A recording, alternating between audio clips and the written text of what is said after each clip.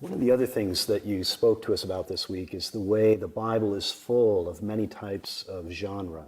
Yes. And maybe you could explain what genre is, but then how does that affect the task of preaching? Yes, genre simply is a type of literature.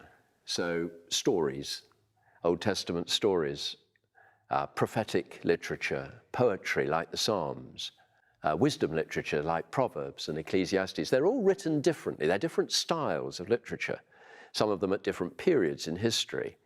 The gospel narratives are different from the epistles. There's a closeness of language in the epistles, but the narrative doesn't work that way. So we need to be experts in the different types of biblical genre. When I say experts, I mean we just need to know how to handle them differently and how they work in practice. I mean, in our world, you know, if you're writing a letter to your loved one, you write it in a rather different genre from if you're writing to the IRS or something to explain why you haven't paid your taxes. There are different genres that are appropriate to different situations. And God has spoken through all these different genres also because he wants to address the mind and the heart and the will.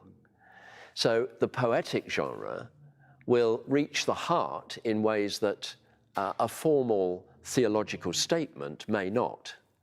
It's the same truth, but one is expressed more cognitively, the other perhaps more emotionally, more centered on the feelings. Think of some of those psalms, crying out to God in distress. And what we must not do is put all the genres into the same mincing machine, turn the handle, and out it all comes as theological statements.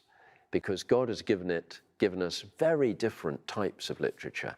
And we want to try and appreciate that, to reflect that, because they will begin to reach very different types of people within our congregations. All scripture, of course, is for everybody, but there are certain people who respond more to the cognitive, others more to the emotive, and the Bible is such a comprehensive collection of different types of literature, such a rich resource that I think the more we get into that, the stronger our preaching is.